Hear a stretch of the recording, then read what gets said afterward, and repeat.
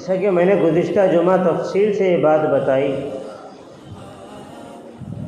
اپنی اولاد کو اگر دیندار بنانا ہے تو اپنے آپ کو دیندار بنانا پڑے گا۔ اپنی اولاد کو نمازی بنانا ہے تو اپنے آپ کو نمازی بنانا پڑے گا۔ اپنی اولاد کو متقی اور پرہیزگار بنانا ہے تو اپنے آپ کو متقی اور پرہیزگار بننا پڑے گا۔ اپنی اولاد کو اخلاق والے بنانا ہے تو اپنے آپ کو اخلاق والے بننا پڑے گا۔ اپنے اولاد کو کردار والے بنانا ہے تو اپنے آپ کو کردار والے بننا پڑے گا۔ اپنے اولاد کو قوم کا رہبر اور رہنما بنانا ہے تو اپنے آپ کے اندر وہ ظرف پیدا کرنا پڑے گا۔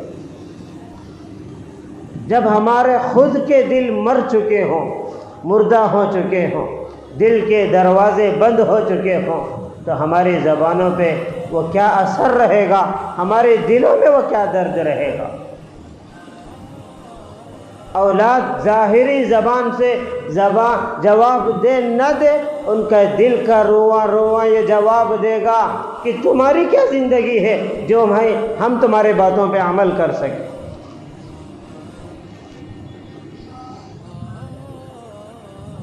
کون سا تقویٰ تمہارے پاس ہے، کون سے اخلاق تمہارے پاس ہے، کون سی دینداری تمہارے پاس ہے۔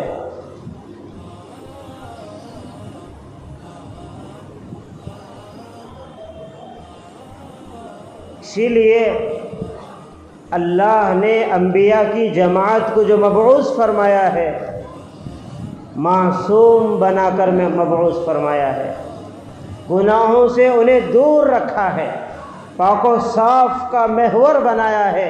کیوں؟ دعوت دے تو قوم سمجھے، ورنہ قوم کہہ دیتی تھی کہ تم کون سے دودھ کے دھلے ہو، تم کون سے اخلاق والے ہو، کون سے صفات والے ہو۔ تو دو چیزیں عزیز دوستو، ایک اپنے آپ کو جتنا ہو سکے محنت کر کے اپنی زندگی کو تبدیل کرنا ہے، دوسرا اپنی اولاد کو، اولاد کی تربیت، ان کی ترقی، ان کا تعلق اللہ سے جوڑنا، کیونکہ اولاد یہ اللہ کی طرف سے ایک نعمت ہے، ایک سرمایہ ہے، اللہ کی طرف سے ایک رحمت ہے۔ ہم اپنی اولاد کے لیے کچھ دے نہ دے، کچھ رکھے نہ رکھے، لیکن ضرور ان کی تربیت کریں۔ ان کے دیندار کا ہونا یہ ہمارے لیے بھی بہتر ہے اور ان کے لیے بھی بہتر ہے۔ اگر ہماری اولاد دیندار بنے گی،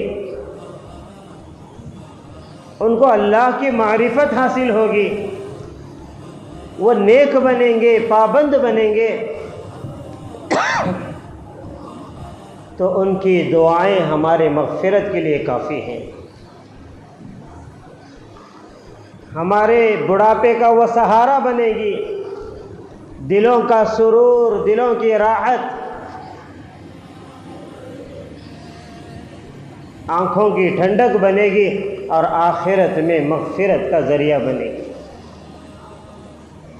ورنہ یہ اولاد جو ہم پسینہ بہا کر جن کی پرورش کرتے ہیں، رات دن ہمارے دل و دماغ انہی کی تربیت کے لیے، انہی کی ترقی کے لیے، انہی کی سہولتوں کے لیے ہم جو رات دن اسی فکر میں گھلتے ہیں، کہیں یہی اولاد ہمارے لیے پکڑ کا ذریعہ نہ بن جائیں، عذاب کا ذریعہ نہ بن جائیں۔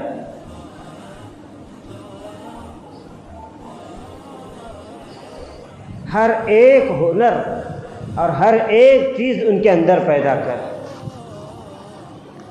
کہ بھائی اللہ کو کیسے راضی کیا جا سکتا ہے، اللہ کے محبوب کی کیسی اطاعت کی جا سکتی ہے، اللہ کے بندوں کے ساتھ، اللہ کی مخلوق کے ساتھ کیسے رہ سکتے ہیں۔ اپنی اولاد کو مثالی اولاد بنائیں، کہ زمانہ رشک کرے، زمانہ پوچھیں کہ بھائی یہ کس ماں باپ کی اولاد ہے اور یہ کس درخت کا پھل ہے۔ آج ہم دعائیں تو کرتے ہیں، کوئی ماں باپ ایسا نہیں کہ جو اپنے اولاد کے لیے دعا نہ کرے، یہاں تک کہ ماں باپ کی کوئی ایک دعا ایسی نہیں رہتی جس میں وہ اپنی اولاد کے لیے دعا نہ کرتے، کیونکہ زندگی کا ایک بڑا مقصد اور فطری محبت دل میں اولاد کی ہوتی ہے۔ لیکن صرف دعا کافی نہیں ہے، محنت بھی کافی ہے، تربیت بھی کافی ہے۔ محنت کی بھی ضرورت ہے، تربیت کی بھی ضرورت ہے۔ محنت، مجاہدہ اور تربیت، اس کے ساتھ دعا ہوگی تو نور علی نور ہو جائے گا۔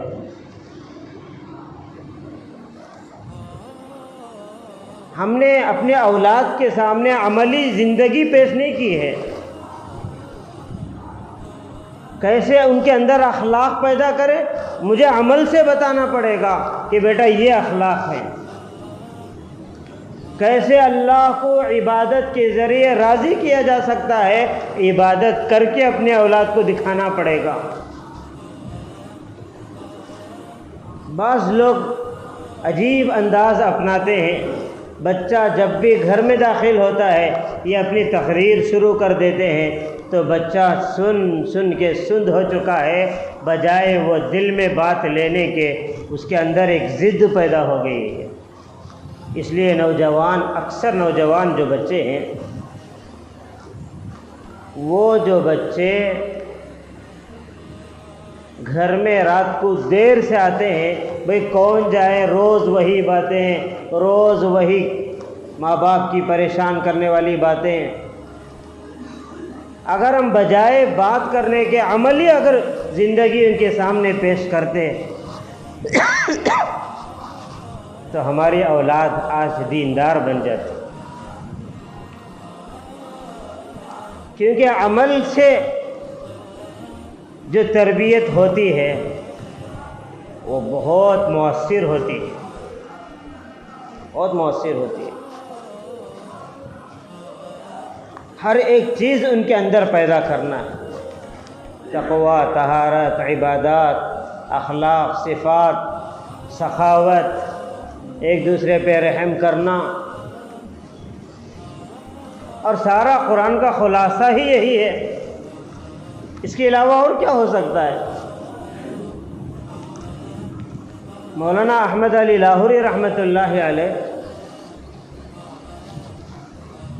فرمانے لگے کہ میں بہت بڑے قرآن کے تفسیر کے بڑے ماہر شخصیت اور بہت بڑے اللہ کے ولی،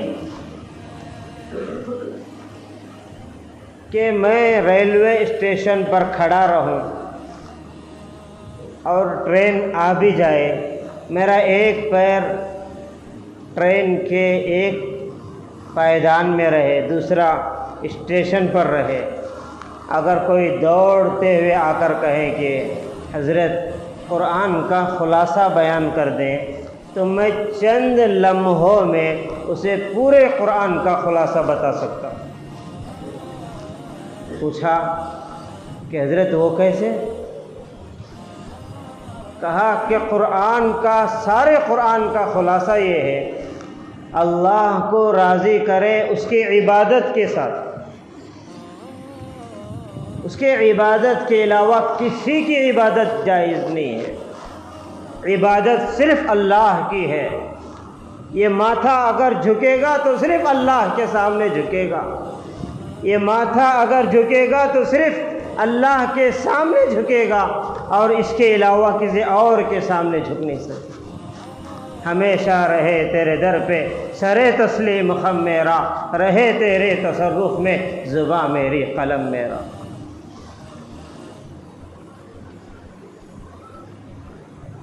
کیونکہ یہ اللہ کا حق ہے،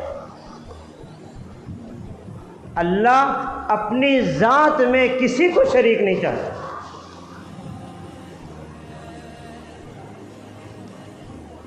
اور کل قیامت کے دن ہر ایک کو ہو سکتا ہے اللہ کی رحمت جوش میں آئے، سب کو معاف کر دے۔ زانی بھی معاف ہو سکتا ہے، شرابی بھی معاف ہو سکتا ہے، جواری بھی معاف ہو سکتا ہے، ہر ایک کو اللہ معاف کر سکتے ہیں، لیکن اللہ بھی سچا ہے، اللہ کا کلام بھی سچا ہے۔ ان اللہ لا یغفر ان یشرک بہ ویغفر ما دون ذلک لمن یشاء، اللہ مشرک کو کبھی معاف نہیں کرے۔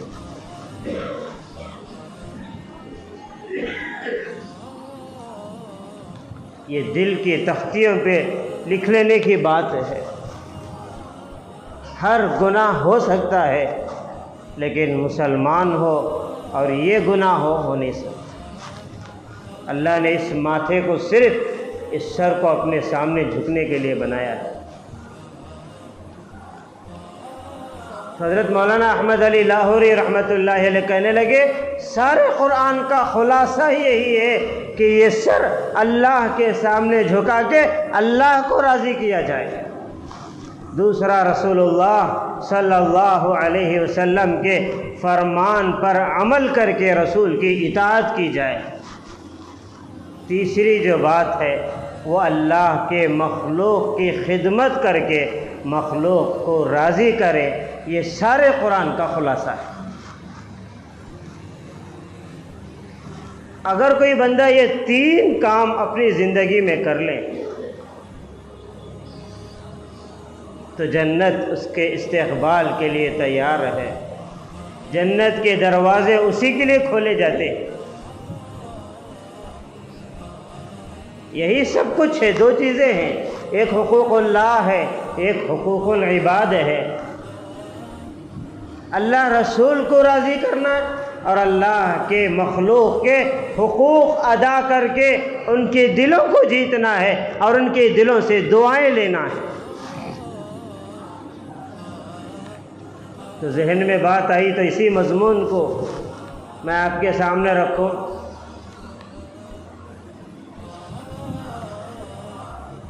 کہ اپنی اولاد کو خدمت اور ادب ان چیزوں پہ زور لگائیں، ان چیزوں میں ان کی تربیت کریں۔ جب ہمارے بچوں کے اندر خدمت کا جذبہ پیدا ہوگا، ہر ایک کی خدمت، اپنے ہو، پرائے ہو، دوست ہو، چاہے کس قوم کے فرد کیوں نہ ہو، کس خطے سے تعلق رکھنے والے کیوں نہ ہو، ہر ایک کی خدمت سے وہ دلوں کو مول لینے والے بن جائیں، دلوں کو جیتنے والے بن جائیں۔ اگر 1000 لوگوں کی خدمت کی، اس میں ایک کوئی اللہ کا مقرب رہا، نیک رہا، متقی رہا، پرہیزگار رہا، اگر اس نے دل سے دعا دے دی تو اپنی بچوں کی قسمت جاگ جائے۔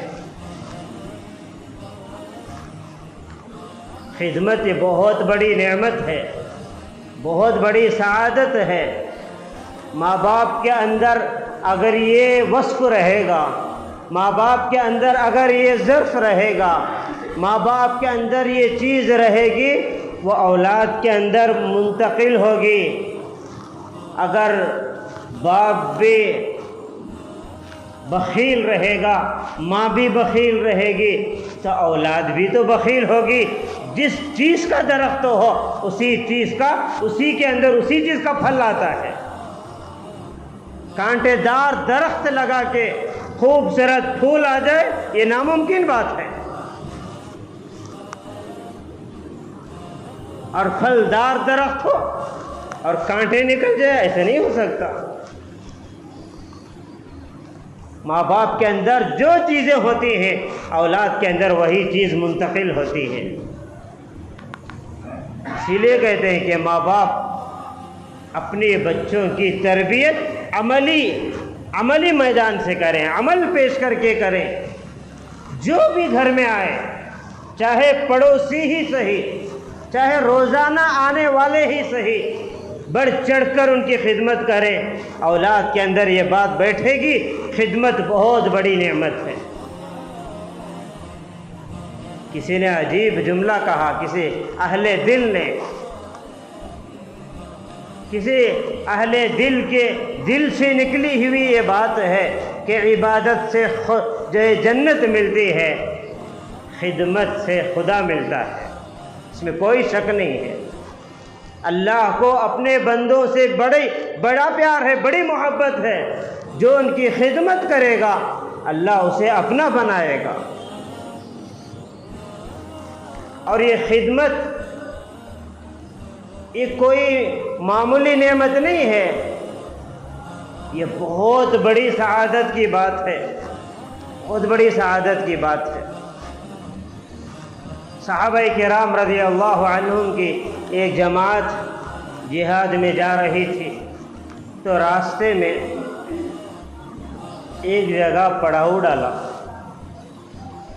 تو ایک صحابی رسول صلی اللہ علیہ وسلم نے فرمایا کہ اللہ کے محبوب، سارے اونٹ تھک چکے ہیں، میں سارے اونٹوں کو چروانے لے کر چلا جاتا ہوں تاکہ وہ کچھ کھا لیں، پانی بھی پی لیں، آگے کا سفر آسان ہو جائے۔ تو آپ صلی اللہ علیہ وسلم نے فرمایا بہت اچھی بات ہے۔ دوسرے صحابی نے دوسرا کام لے لیا، تیسرے صحابی نے تیسرا کام لے لیا۔ حدیث میں یہ بات ملتی ہے اللہ کے محبوب نبی علیہ الصلوۃ والسلام نے خود لکڑیاں کاٹ کے لا رہے تھے تاکہ چولہا جلا سکے۔ صحابہ کرام نے فرمایا اللہ کے محبوب یہ کام تو ہم کر لیں گے۔ تو آپ علیہ السلام امت کو عملی جو ہے پیغام سکھانے آئے، عمل کر کے دکھایا کہ خدمت کرنے سے کوئی بندہ چھوٹا نہیں ہوتا۔ اب اللہ کے محبوب سے بڑا اور کون ہو سکتا ہے؟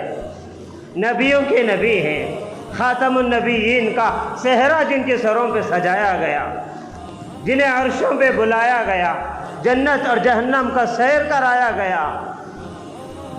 نبی سے بڑھ کے مقام اور مرتبہ کس کا ہو سکتا ہے؟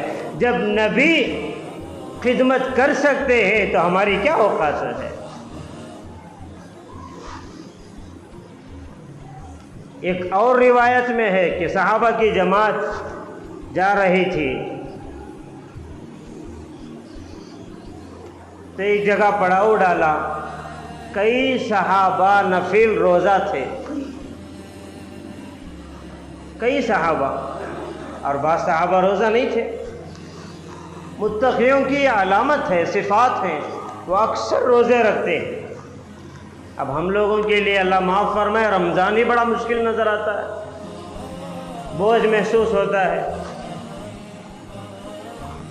تو جو روزے دار صحابہ تھے تو وہ تو آرام کے لیے درختوں کے سائے میں چلے گئے، جو غیر روزے دار تھے وہ خدمت کے لیے تیار ہو گئے۔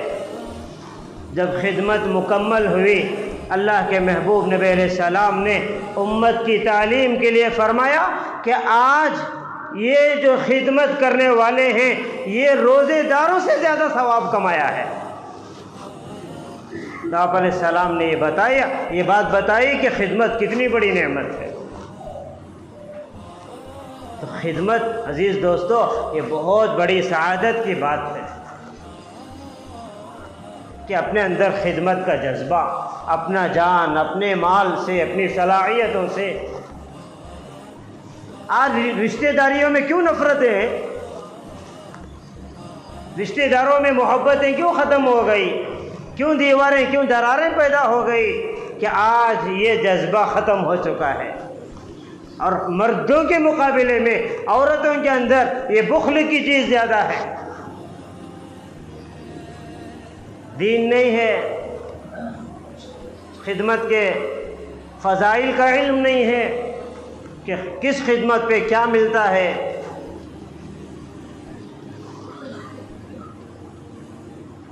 تو وہ آنے والوں میں دیکھتے ہیں کہ کس کی طرف دل مائل ہوتا ہے ان کی خدمت کرتے ہیں، جن سے دل نہیں لگتا ان سے خدمت کوئی نہیں۔ پڑوس کی عورت آ جائے تو پانی بھی پوچھنا مشکل ہے، حالانکہ سب سے زیادہ پڑوسیوں کا حق ہے۔ ایسی ان کی خدمت کریں کہ ان کا دل جو ہے ایسا ہماری طرح ہماری وجہ سے ان کا دل ایسا بن جائے کہ ہم رہے نہ رہے وہ ہمارے گھروں کے محافظ بن جاتے ہیں۔ جب ہم خدمت نہیں کرتے، اب ہر ایک کا یہ سوال، بھائی ہم تو سب ٹھیک ہیں، وہ ہمارے پڑوسی ٹھیک نہیں ہیں، سب کا یہی سوال ہے۔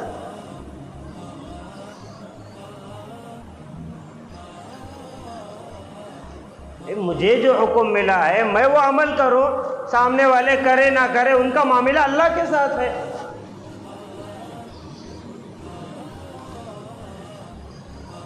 تو اپنے اولاد کو جہاں تربیت کرنا ہے وہاں عزیز دوستو 3 چیزوں کی بڑی اہمیت ہے۔ جو ماں باپ اپنے اولاد کے اندر یہ 3 چیزیں پیدا کر کے جائیں، اس رب کی قسم اللہ انہیں اولاد کے ذریعے ماں باپ کو مغفرت کرے گا، ماں باپ کو اپنی رضا کا پروانہ دے گا۔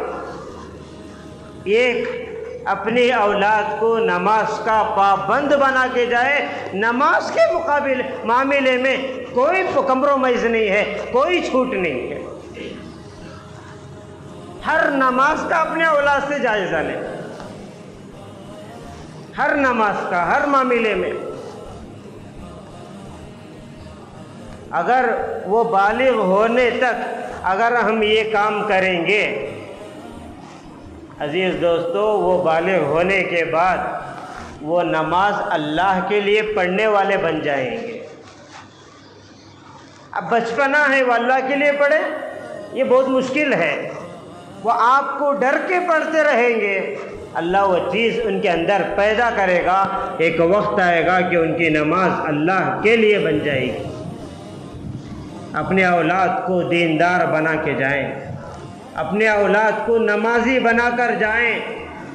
اب کتنے ماں باپ ہیں جو اپنے اولاد کو نماز کو لے کر آتے ہیں؟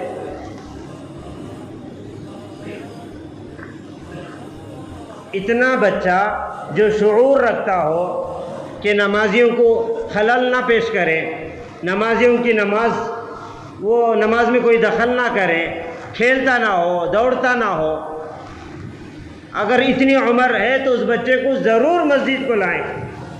اگر ہم جو ہے اسے نمازی نہیں بنائیں گے، نماز کا عادی نہیں بنائیں گے تو پھر کون بنائے گا؟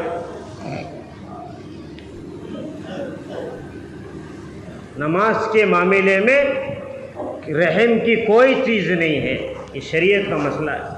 7 سال ہو جائے تو نماز کا حکم کرو، یہ حدیث میں ہے۔ 7 سال کی عمر ہو جائے، مارنے کا نہیں ہے، 7 سال کی عمر میں صرف بار بار نماز پہ زور۔ 10 سال تک یہ صرف ترغیب دینا ہے۔ 10 سال کی عمر سے وہ ہر حال میں نماز پڑھنا ہے، ورنہ ترتیب بنائیں۔ اگر اس کی ایک نماز چھوٹ جائے تو اس کا یہ جرم ہے، نماز چھوٹ جائے تو یہ جرم ہے۔ یہ تربیت ہے عزیز دوست۔ نماز کے معاملے میں اپنے اولاد کے لیے کوئی ڈھیل نہیں ہے۔ اب یہاں نماز چلتی ہے، آپ دیکھیں یہ سارا میدان بھرا رہتا ہے، کسی باپ کو یہ توفیق نہیں ہوتی کہ ساتھ میں اپنے بیٹے کو لے کر ساتھ میں کھڑے۔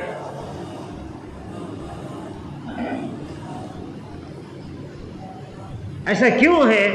اس لیے کہ ہم خود نمازی نہیں ہیں، ہمارے اندر خود پابندی نہیں ہے، تقوی نہیں ہے۔ اپنے اولاد کو نمازی اگر بنانا ہے تو خود نمازی بننا پڑے گا۔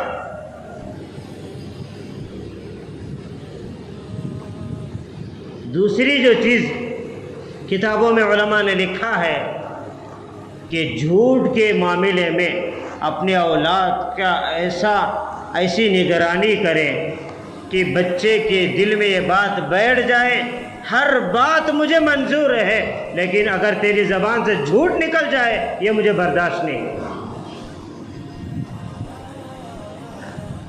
یہ تربیت کا وقت ہے۔ اولاد بڑی ہو گئی، پختہ ہو گئی تو آپ حکم نہیں چلا سکتے، آپ مار نہیں سکتے، کیونکہ آپ کی تربیت کا وقت نکل چکا ہے۔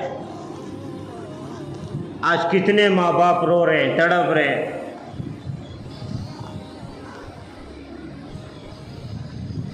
کہ سچائی کی فضائل اسے سنائیں، جیسا کہ شیخ عبد القادر جیلانی رحمۃ اللہ علیہ، آپ ان کی سیرت اٹھائیں۔ بغداد کی طرف بچے، ساری بستی کے بچے قرآن حفظ کرنے جا رہے ہیں۔ انہوں نے کہا اپنی والدہ سے کہ میں بھی جانا چاہتا ہوں۔ والدہ بڑی تربیت کرنے والی عورت تھی۔ ایک دور تھا عورتوں کے اندر پاک دامنی، تقوی، پرہیزگاری، ان کے گود پاک تھے، دل اللہ سے جڑے ہوئے تھے۔ اولادیں جو پیدا ہوتی تھی تو کوئی عبد القادر جیلانی، کوئی شیخ محی الدین اجمیری، کوئی صلاح الدین ایوبی، کوئی محمد بن قاسم، ایسے پیدا ہوتے تھے۔ آج اگر دیکھا جائے تو خون کے آنسو رو رہے ہیں۔ ایسا لگ رہا ہے جسمانی اولاد تو ہماری بھری پڑی ہوئی ہے، لیکن روحانیت کے اعتبار سے پوری امت بانجھ بن چکی ہے، کسی کی اولاد نہیں۔ اگر یہ اولاد ہم دنیا میں چھوڑ کر جائیں گے تو کیا اللہ ہمارا گریبان نہیں پکڑے گا؟ کیا ہماری اولاد بڑے ہو کر امت میں فساد نہیں پھیلائے گی، خون ریزی عام نہیں کرے گی، زندگیاں نہیں برباد کرے گی؟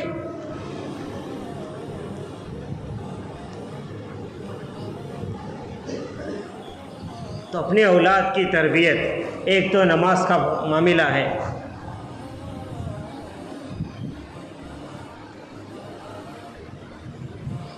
دوسرا جھوٹ کا معاملہ، جھوٹ کسی حال میں نہیں۔ تو شیخ عبد القادر جیلانی رحمۃ اللہ علیہ ماں سے کہہ رہے ہیں کہ میں بھی جانا چاہتا ہوں۔ والدہ نے اجازت دے دی، تیاری کی۔ کوئی ایسا مدرسہ نہیں کہ صبح کو جا کے شام کو آ جائے، بھئی ایسا مدرسہ اور اتنے دور کا سفر کہ بچہ اب جائے تو حافظ عالم بن کر واپس ہو۔ کیا جگر ہوگا ماں کا، کیا ظرف ہوگا ماں کا۔ اتنی بڑی قربانیوں کے بعد یہ چیز پیدا ہوئی ہے۔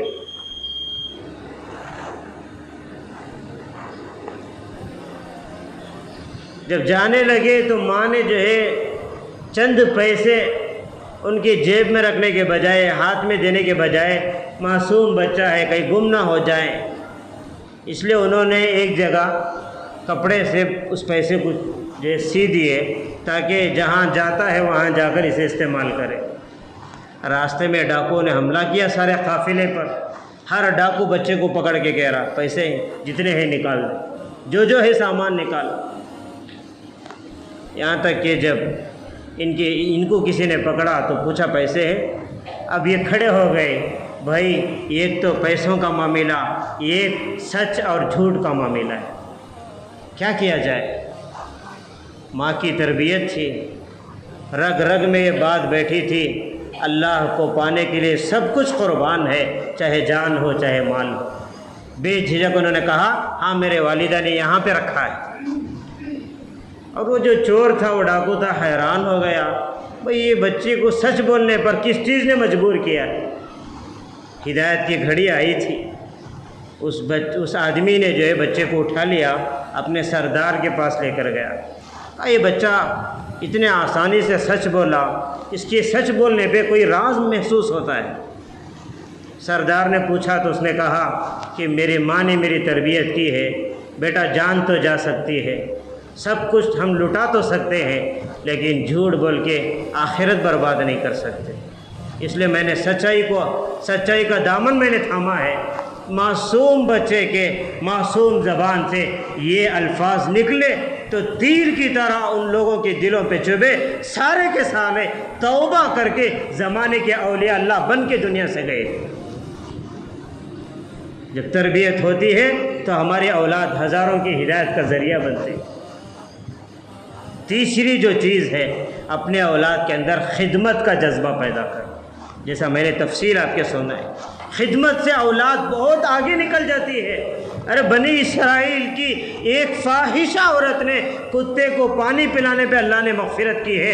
ہماری اولاد اگر بڑوں کی خدمت کرے گی تو اللہ کہاں سے کہاں تک پہنچائے گا؟ کیا اللہ سعادتیں دے گا؟ کیا اللہ مقام اور مرتبہ انہیں عطا فرمائے گا۔ خدمت بہت بڑی چیز ہے۔ صحابہ کرام اپنے بچوں کو نبی کی خدمت میں چھوڑ دیتے، بیٹا یہ نبی ہیں، نبیوں کے نبی ہیں، خاتم النبیین ہیں، ان کو جو ضرورت پڑے، جو یہ کہیں اطاعت کرنا، خدمت کرنا، ان کی دعائیں لگے گی تو تم کہاں سے کہاں پہنچو گے۔ 3 بچے تھے، تینوں کے تینوں نام عبداللہ تھے، تینوں کا نام بھی عبداللہ تھا۔ ایسی خدمت آپ صلی اللہ علیہ وسلم اٹھنے سے پہلے وضو کا پانی تیار کر دیتے، کوئی مسواک رکھ دیتا، کوئی جہاں بیٹھنا ہے وہاں جگہ صحیح کر دیتا۔ آپ علیہ السلام مسکراتے ہوئے دیکھتے تھے، دعائیں دیتے تھے۔ ایک وقت آیا جب وہ بچے بڑے ہوئے تو اس میں ایک بچہ رئیس المفسرین حضرت عبداللہ ابن عباس بنے۔ قیامت تک جتنے قرآن کے مفسر پیدا ہوں گے ان مفسروں میں سب سے بڑے تفسیر کے امام وہ عبداللہ ابن عباس ہے۔ یہی وہ بچہ ہے جو نبی کی خدمت کر کے جس کے سر پہ ہاتھ رکھ کے نبی نے دعا دی تو تفسیر کے مفسرین کے امام بن گئے۔ دوسرا جو بچہ عبداللہ تھا وہ رئیس المحدثین بن گئے، جو حدیث کے امام ہیں۔ قیامت تک جتنے ائمہ پیدا ہوں گے، امام احمد بن حنبل، امام مالک، امام شافعی، امام ابو حنیفہ، ہزاروں ائمہ گزرے ہیں۔ یہ سارے کے سارے ائماؤں کے اگر کوئی ائمہ ہیں تو وہ جو ہے وہ رئیس المحدثین وہ حضرت عبداللہ ابن عمر رہے۔ تیسرا جو بچہ تھا ان کا نام حضرت عبداللہ ابن مسعود ہے۔ جتنے فقہا گزرے ہیں قرآن و حدیث سے مسائل نکال کے امت کے مسائل حل کر کے ایک لا اسلامی لا قائم کیا ہے، قانون بنایا ہے، شریعت کو چھان کے ہمارے سامنے رکھا ہے، ان سارے فقہاؤں کے فقہا امام الفقہا وہ حضرت عبداللہ ابن مسعود بنے ہیں۔ خدمت بہت بڑی چیز ہے، یہ ہر بڑے کے اندر ہونا ہے، ہر چھوٹے کے اندر پیدا ہونا ہے، ہر مرد کے اندر یہ جذبہ، ہر عورت کے اندر یہ جذبہ۔ خدمت بہت بڑی چیز ہے، جب بھی زندگی میں موقع ملے کبھی اس عمل سے پیچھے نہ ہٹے۔ کھلانا ہے، پلانا ہے، عمر دراز ہے تو انہیں ہاتھ پکڑ کے انہیں ایک جگہ سے دوسری جگہ پہنچانا ہے۔ بہت سارے خدمت صرف اپنوں کے لیے نہیں بلکہ ساروں کے لیے، چاہے کس قوم کی کیوں نہ ہو۔ خدمت کا اپنے اندر جذبہ پیدا کریں، اپنے اولاد کے اندر پیدا کریں۔ حضرت موسیٰ علیہ السلام کے اپنی اہلیہ کو لے کے رات میں سفر کر رہے تھے، مصر آ رہے تھے، مدین سے مصر کی طرف۔ ابھی نبوت نہیں ملی تھی، راستے ہی میں اندھیرا چھایا ہوا ہے۔ ان کی اہلیہ کو درد زاہ شروع ہوا، ٹھنڈ شروع ہو گئی، کپکپی آنے لگی۔ حضرت موسیٰ پریشان، کوئی یہاں پہ نہیں، کوئی انسان نظر نہیں آ رہا، یہاں تک کہ دیکھتے دیکھتے انہوں نے ایک پہاڑ پر دیکھا کہ کچھ آگ نظر آ رہی ہے۔ اہلیہ سے کہا کہ یہاں پر بیٹھ جاؤ، مجھے لگتا ہے کہ وہاں آگ روشن ہے، کوئی قافلہ ہوگا، ان کے پاس جاؤ، کوئی مدد کے لیے راستہ مل جائے۔ اب وہ پہاڑ حضرت موسیٰ نہیں جانتے تھے کہ وہ بڑا مقدس پہاڑ تھا۔ اس پہاڑ پر چڑھے تو وہ آگ نہیں تھی بلکہ ایک روشنی تھی جو اللہ کی طرف سے۔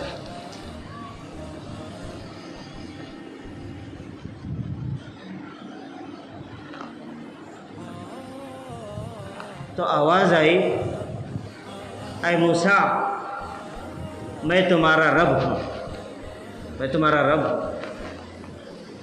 فَاخْلَعْ نَعْلَيْكَ إِنَّكَ بِالْوَادِ الْمُقَدَّسِ طُوًى، جوتے نکال دیں، یہ ہماری مقدس جگہ ہے۔ موسیٰ علیہ السلام حیران ہو گئے، پہلی بار اب نبوت سر پہ رکھا جا رہا ہے، نبوت کا تاج۔ تو کسی نے کہا خدا کی دین کا کوئی پوچھے موسیٰ سے احوال، خدا کی دین کا کوئی پوچھے تو صحیح موسیٰ سے احوال، آگ لینے جائے تو پیغمبر ہی مل جائے۔ تو یہاں اللہ نے چاہتا تو کوئی اور موقع بھی اللہ انتخاب کر سکتا تھا۔ قیامت تک آنے والوں کو بتا رہا ہے کہ دیکھو کہ یہ میرا موسیٰ اپنی بیوی کی خدمت کے لیے بے قرار مچھلی کی طرح تڑپ رہا ہے۔ اس کے تڑپنے پر رب کی رحمت جوش میں آئی تو سر پہ نبوت کا تاج سجایا ہے۔ تم اپنی بیوی کی، اپنی اولاد کی، اپنے پڑوسیوں کی، اپنے رشتہ داروں کی، اپنے خاندان کی اور پورے انسانوں کی اور پورے مخلوق کی خدمت کرو تو تمہارا رب بھی اپنی نعمتوں سے تمہیں نوازے گا۔ خدمت بہت بڑی نعمت ہے۔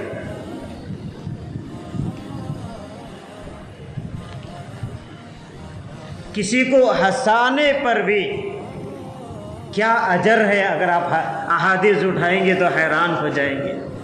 اللہ نے بہانے رکھا ہے ہماری مغفرت کے لیے۔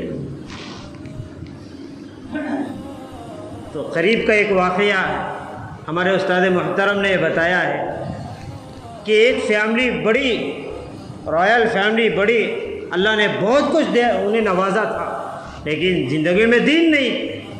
تو ایک بیٹا تھا چھوٹا سا، میاں بیوی میں ایسے جھگڑے، ایسے لڑائی روز کا معمول، یہاں تک کہ تنگ آ کے کہنے لگے پتہ چلو ہمارے دونوں میں کوئی بنتی نہیں ہے، ہم دونوں جو ہے اپنی زندگیاں الگ الگ کر لیں۔ بہت بڑی عمدہ کار میں وہ جا رہے تھے۔ تو جب وہ جا رہے تھے تو راستے میں تو ان کا جو بچہ ہے وہ باپ اور ماں کے درمیان کھڑا ہو گیا، کار میں کھڑا ہو کر جو ہے کہ وہ دونوں کے کاندھوں پہ، کبھی باپ کے کاندھے پہ گود میں گر جاتا، کبھی ماں کے گود میں گر جاتا، ایسا کھیل رہا تھا۔ راستے کے اندر ایک پاس میں سے ایک نوجوان گزر رہا تھا، وہ بچہ بہت کیوٹ نظر آیا، بہت خوبصورت نظر آیا۔ تو یہ جاتے جاتے نوجوان تو مذاق کرتے ہی رہتے، وہ راستے میں ہی بچے کو کبھی ہاتھ ہلاتا، کبھی ہنساتا، کبھی کھلا، عجیب انداز۔ وہ بچہ اس نوجوان کو دیکھ کے اڑ اڑ کے کھیل رہا تھا۔ اس کا کھیلنا، اس کا ہنسنا، اس کا مسکرانا تو دیکھ کر باپ بھی سینے سے لگا لیتا، ماں بھی سینے سے لگا لیتی۔ باپ نے کہا کہ اتنے خوبصورت بچے کو ہم کیسے چھوڑیں؟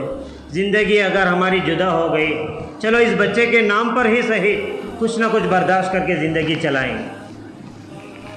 وہ جو نوجوان جب جا رہا تھا تو اس کا ایکسیڈنٹ ہو گیا، یہاں تک کہ وہ خود یہ نوجوان نے ہمارے استاد کے سامنے یہ بیان کیا ہے، مجھے ایسا لگنے لگا کہ میری جسم سے روح نکل گئی ہے، اور میں نے ان آنکھوں سے، میرے اللہ نے، کبھی کبھی اللہ یہ منظر دکھاتا ہے، میرے آنکھوں نے یہ منظر دیکھا کہ میں نے جنت میں اپنا محل دیکھا ہے۔ میں نے کسی سے پوچھا، فرشتے سے، کہ بھائی یہ کس بنیاد پہ اللہ نے مجھے دیا ہے؟ تو کہنے لگا کہ بھائی تو اس بچے کو ہنسانے پہ ان کی اجڑی ہوئی زندگی ان کے ماں باپ کی بن گئی، تیرے رب نے تیرے گناہ معاف کر کے تیرے مغفرت کر دی ہے۔ اب یہ زندہ واقعہ کوئی صحابہ تابعین کے دور کا نہیں ہے۔ آج ہمارے زندگیاں ویران ہو چکے ہیں اس لیے کہ ہمارے اندر صفات نہیں ہیں۔ تو اپنے اندر عزیز دوستو ایک ایسی خوبصورت زندگی بنانا ہے کہ ہماری زندگی بھی دوسروں کے لیے راحت بنے، ہماری اولاد کی زندگی بھی دوسروں کے لیے راحت کا ذریعہ بنے۔ بس اللہ سے دعا کرے اللہ تعالیٰ یہ سارے خوبیاں، سارے صفات اللہ ہم جیسے گنہگاروں کو بھی نصیب فرمائے۔ وآخر دعوانا ان الحمد للہ رب العالمین۔